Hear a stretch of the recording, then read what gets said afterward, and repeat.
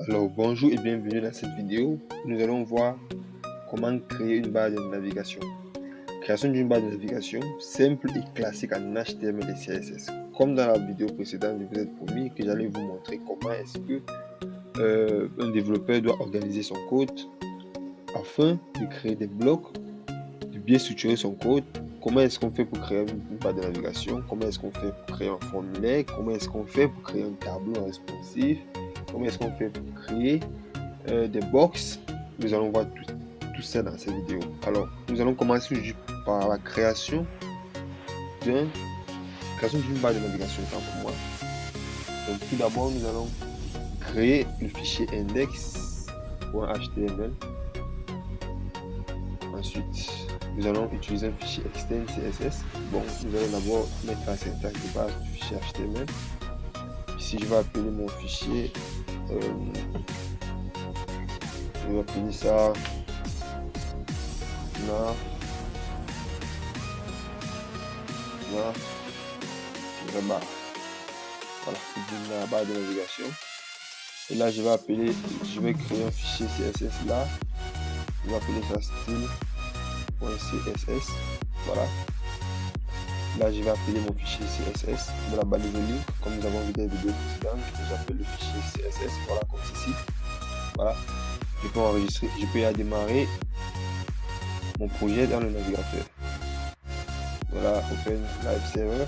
Voilà, nous sommes en ligne. Bon, une barre de navigation c'est un élément essentiel pour la structure d'un site web, car elle permet de naviguer facilement entre les différentes sections du site. Dans cet exemple, nous allons créer une barre de navigation classique avec un logo en texte, des liens de navigation et un design harmonieux grâce au CSS. Alors nous allons voir comment faire ça immédiatement. La structure HTML de la barre d'une barre de navigation. Donc c'est ça que nous allons commencer par voir la structure HTML d'une barre de navigation. Premièrement, vous devez savoir que une barre de navigation se crée à partir d'une liste. Bon, nous allons d'abord poser en commentaire barre de navigation. Voilà. Nous allons commencer la barre de navigation ici. Ensuite, qu'est-ce que nous allons faire? Nous allons ouvrir ma balise nav. Bon, c'est une balise, elle est comme la balise P, elle est comme la balise div. Juste le nav, le mot nav nous fait référence à une barre de navigation. Juste, elle permet de mieux se référencer. Je vais recommencer. La balise nav, je recommence pourquoi? Parce que je vais mettre une classe à l'intérieur. Donc je vais mettre nav bar comme ceci. Voilà, ça me met directement une classe à l'intérieur. Et puis je vais créer un logo. Je vais insérer un logo. Donc je mets un logo, div classe logo. Je vais appeler ce logo par exemple mon logo comme ceci.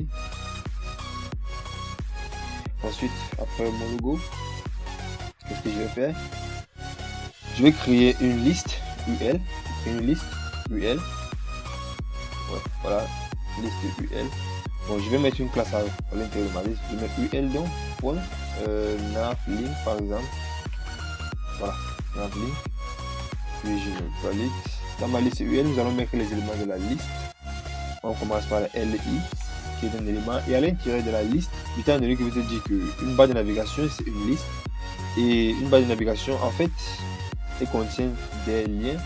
Donc là nous allons insérer un lien dans l'élément de la liste, ceci. Donc si nous n'avons pas encore de lien où est-ce qu'on veut que le lien va nous conduire, nous allons mettre juste chess comme ceci. Ensuite ici nous allons bon, là nous allons appeler ça accueil. Clavier comme ceci. Donc nous allons dupliquer cette ligne fois le nombre de fois que nous voulons. Bon, moi je veux par exemple 4, disons 4 accueil. Après je vais mettre par exemple service.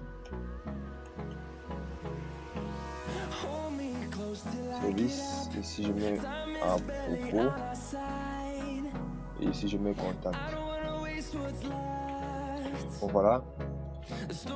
Là je peux enregistrer. Je m'assure que mon UL est fermé. Nav est fermé. Et puis mon body est fermé. Puis là je vais enregistrer. Je m'assure que j'ai enregistré. Je vais sur le navigateur. Voilà.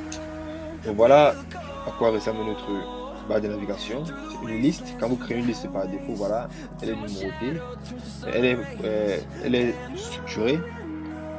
Devant chaque élément, il y a un point. Voilà, premier élément, deuxième élément, troisième élément. Et voilà, un lien, par défaut, il est bleu et souligné, comme nous avons vu dans la vidéo précédente. Si vous n'avez pas regardé, je vous invite à aller regarder la vidéo sur les liens. Bon, ensuite, nous allons essayer de voir comment est-ce que nous allons styliser ça avec du CSS. Mais avant tout, je vais expliquer. Bon, là, je vais encore expliquer parce que j'ai déjà expliqué, mais je vais encore expliquer pour que ce soit bien clair. Explication du code. Voilà. La balise nav, cette balise est utilisée pour définir une section de navigation. Balise. Ensuite, la balise div classe logo. Il s'agit d'un conteneur pour logo sous forme de texte. Vous pouvez aussi utiliser une image si vous voulez. Donc, le logo peut être une image, ça peut être une icône, ça dépend de vous. Et la balise UL, navling en fait, liste non ordonnée qui contient les éléments de navigation. Chaque élément est encapsulé dans la balise LI. Comme vous avez vu, le concept de la balise LI est juste là et chaque élément est dans la balise LI. Donc voilà. La balise A, c'est le lien vers la différente section vers laquelle vous voulez que lorsqu'on clique, elle nous redirige. Donc là, qu'est-ce que nous allons faire? Nous allons voir le CSS pour styliser cette barre de navigation. Alors premièrement, qu'est-ce que nous allons faire? Nous allons venir ici dans le CSS, nous allons mettre une étoile. En fait, l'étoile dans le CSS, c'est pour dire que ce que j'écris dans cette étoile s'applique à tout la page web, tout le contenu de la page. Alors nous allons mettre la marge à 0, margin, nous allons mettre 0, nous allons mettre la page, à 0. Nous allons supprimer tous les espaces et nous allons mettre un box sizing. Box sizing, nous allons mettre border box. Voilà. Voilà. Vous avez vu, nous allons supprimer tous les espaces qui étaient là. Voilà. Nous allons continuer. Exactement, nous allons aller dans le body. Là où se trouve notre barre de navigation. Dans notre body, qu'est-ce que nous allons dire? Nous allons dire qu'on veut une police avec un fond family. Donc, fond family, c'est pour mettre la police. Je vais mettre Arial. Voilà, je vais mettre cette fois police. Je vais passer ici, voilà. Ici, suffisant. Ensuite, nous allons changer la couleur de l'arrière-plan de le body. Donc, nous allons mettre un background color. Nous allons mettre une couleur légèrement grise. Ceci, voilà, nous enregistrons et on va voir, voilà, la couleur est légèrement grise. Ensuite, ce que nous allons faire, nous allons travailler notre premier élément qui est la boîte qui contient notre barre de navigation, c'est navbar. Nous avons mis une classe à l'intérieur, comme ceci. Alors, ça veut dire que pour utiliser cette classe dans le CSS, nous allons juste mettre ici .navbar, comme ceci. Voilà. Maintenant, qu'est-ce que nous allons faire? Pour une navbar, nous allons mettre un background color. Background color, la couleur, nous allons mettre hashtag F333. Ensuite, ici, là, nous allons mettre color. Nous allons mettre la couleur blanche, qui est le code couleur, c'est JSFF. Ensuite, nous allons mettre un padding. Dans le padding, qu'est-ce que nous allons mettre? Nous allons mettre 10 pixels. Espace 1 pixel. Ensuite, nous allons avancer. Nous allons mettre un display flex que les éléments. Le display flex, c'est en fait, généralement, il va nous permettre d'aligner les éléments de manière perpendiculaire. Oui, bon, nous allons dire horizontale. Voilà. Ça va nous permettre d'aligner les éléments de manière horizontale. Donc, nous allons voir ça tout à l'heure. Je peux déjà enregistrer, vous allez voir. Voilà. Voilà les éléments. Nous avons mis un display flex. Voilà, les éléments sont toujours là. Maintenant, nous allons voir comment est-ce que nous allons aligner ça à l'horizontale. Voilà. Et nous allons mettre un justify content. Nous allons mettre space between. Voilà, créer l'espace entre les éléments. Et nous allons mettre un align line item. Nous allons centrer les éléments. Voilà. Donc nous allons enregistrer et voir comme ceci. Voilà, vous avez vu. Donc il a reparti les éléments. Voilà. Le logo, il était juste au-dessus des liens. Et du coup, quand j'ai mis un display flex, ça les a déjà recoupés. Et maintenant, quand j'ai mis justify content space between, ça a permis de les séparer, comme ceci. Si c'était 3, ça allait être 3 éléments comme ceci. Et maintenant, avec Align Item Center, les éléments sont centrés sur la page. Donc maintenant, nous allons continuer. Nous allons travailler le logo. Alors, point nav bar, point logo. Donc, je crois bien nous avons mis point logo. Point logo. Voilà notre logo. Voilà, classe point logo. Très bien. Qu'est-ce que nous avons écrit là? Nous allons changer la police. Nous allons mettre font size. Nous allons mettre par exemple 24 pixels. Ensuite, après le font size, nous allons mettre en font white, mettre en gras. Font size c'est pour la taille des caractères et font white c'est pour mettre un texte en gras. Donc nous pouvons juste mettre bold. Ensuite, nous allons mettre une couleur. Color. On va mettre 63 et combien de 47. Voilà. Je vois sur le couleur légèrement orange. Voilà. Notre logo. Il est juste là. Voilà. Donc là, vous pouvez mettre ce que vous voulez. Voilà, nous allons continuer. Le logo, il est OK. Maintenant, nous allons voir point nav link. Link. Comme ceci. Voilà. Je crois que j'ai mis S. Donc voilà, on va vérifier. Pour nav link. Voilà. Notre liste. Qu'est-ce que nous allons faire de notre liste? Nous allons annuler les effets de la liste avec list style. List style est égal à none. Voilà, comme ceci. Dit que quand vous créez une liste par défaut, elle a des points, ces points-ci.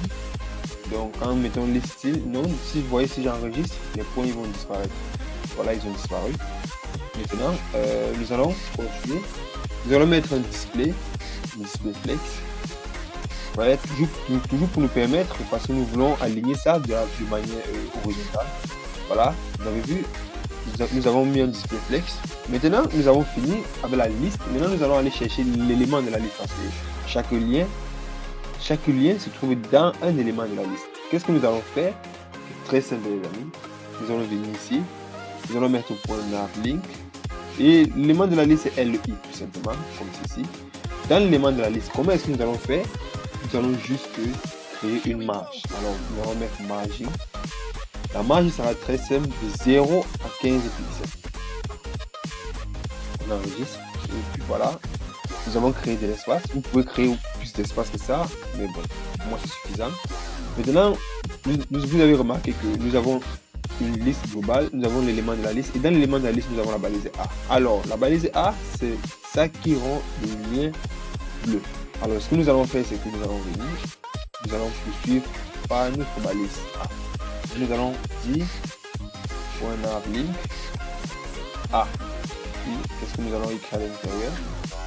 Nous allons changer la couleur parce qu'elle est bleue. Nous allons mettre directement la couleur blanche, comme ceci. Après, nous allons mettre un texte decoration.